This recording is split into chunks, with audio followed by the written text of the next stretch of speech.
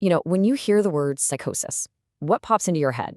For a lot of us, it's probably some dramatic scene from a movie. But in the real world of clinical practice, that's just not how it works.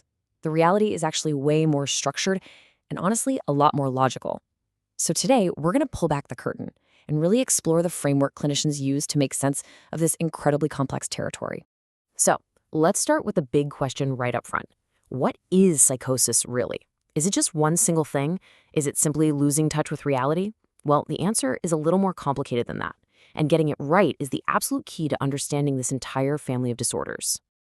Okay, here's the most important thing you need to grasp from the get-go. Psychosis isn't a single condition. It's a spectrum, a whole range of related but very distinct disorders.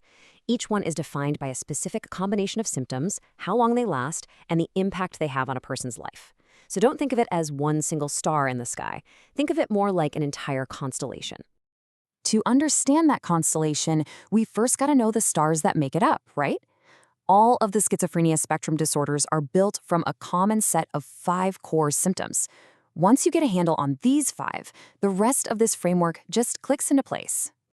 All right, first up, delusions. So what are they? Well, these are deeply held false beliefs that a person just will not let go of, even when you show them clear proof that they're not true. The key word here is fixed. These aren't just quirky opinions. They are absolutely unshakable. Next, we have hallucinations. This is all about perception, when someone perceives something that isn't actually there. Now, this can happen with any of the 5 senses, but by far the most common type you see in the spectrum is auditory, like hearing voices that nobody else can hear. Our third building block is disorganized speech. And listen, this isn't about having a strong accent or just mumbling. This is when a person's speech becomes really hard to follow. Maybe it jumps from one unrelated topic to another, or it becomes totally incoherent. Clinically, it's seen as an external sign of what's really going on underneath, a disorder in the thought process itself. Fourth on our list is a bit of a mouthful: grossly disorganized or catatonic behavior. This is a pretty broad category. It can be anything from unpredictable agitation or even childlike silliness, all the way to the other extreme, catatonia, where a person might become totally rigid and unresponsive. And finally, we have what are called negative symptoms. Now, this is a really important concept. Unlike the first 4, which are about adding something unusual, negative symptoms are about the absence of normal functions, things that should be there but aren't. This could look like really diminished emotional expression, a massive lack of motivation, or just pulling away from life completely. Okay, so we've got our 5 building blocks. How do we start putting them together into actual diagnoses?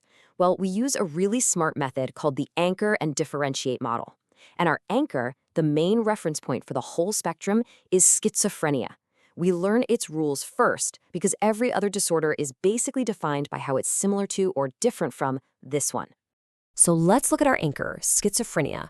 For a diagnosis, a person needs to have at least 2 of those 5 core symptoms we just talked about for a good chunk of at least 1 month. But that's not enough. There also has to be a major, noticeable decline in their ability to function in life, at work, in social situations, with self-care. And the entire period of disturbance has to last for at least 6 months. Remember those 2 things, the functional decline and the 6-month timeline. They're absolutely critical. So, with schizophrenia as our anchor, we can start to differentiate. And the single most important variable for telling the main psychotic disorders apart is simply time. How long have the symptoms been around? This one question is our first and biggest fork in the road. And here's how that time variable plays out. It's actually pretty clean. If the active symptoms last for less than a month and then go away, it's called brief psychotic disorder. If they stick around for between 1 and 6 months, it's schizophreniform disorder.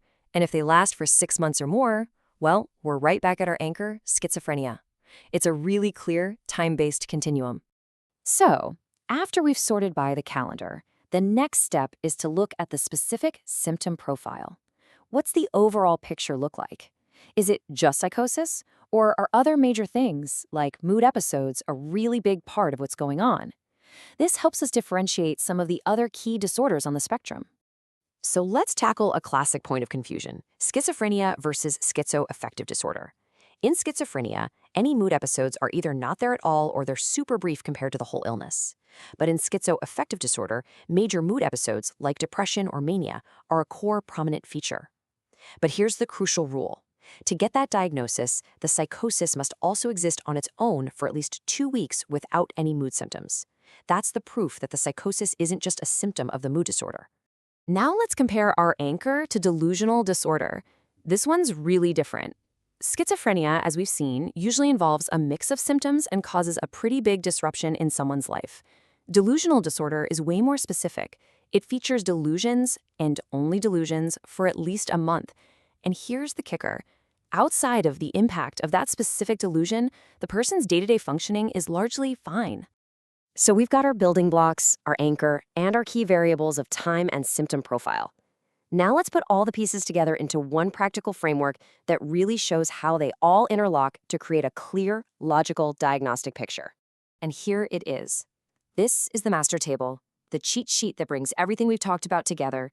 Just look at it for a second. See how you can follow the logic? Find the row for brief psychotic disorder. Track across to the duration column, less than 1 month. Find schizophreniform, 1 to 6 months. Now look down at schizoaffective. See those key columns for mood episodes and that 2-week period of psychosis alone? This single table visualizes the entire system. It makes a really complex topic feel like a clear, step-by-step process. So this is how that clinical logic works in the real world. Step 1, and you do this every single time, is you rule out substances or other medical conditions as the cause. Then, you use duration as your first big sorting tool. Next, you layer on the mood assessment. Is there a prominent mood component? That points you towards schizoaffective. And finally, you assess the specific symptom profile. Is it only delusions? That leads you to delusional disorder. See, it's a systematic process of elimination and differentiation. So after all of this, all the symptoms, the timelines, the rules, you might be asking yourself, why does this structured framework matter so much? Why not just see the symptoms and say this person has psychosis? And that is the perfect question to end on. The answer is that a precise diagnosis is everything. It guides treatment, it helps predict what the future might look like, and most importantly, it provides a clear, shared language for what can be a deeply complex and frightening human experience.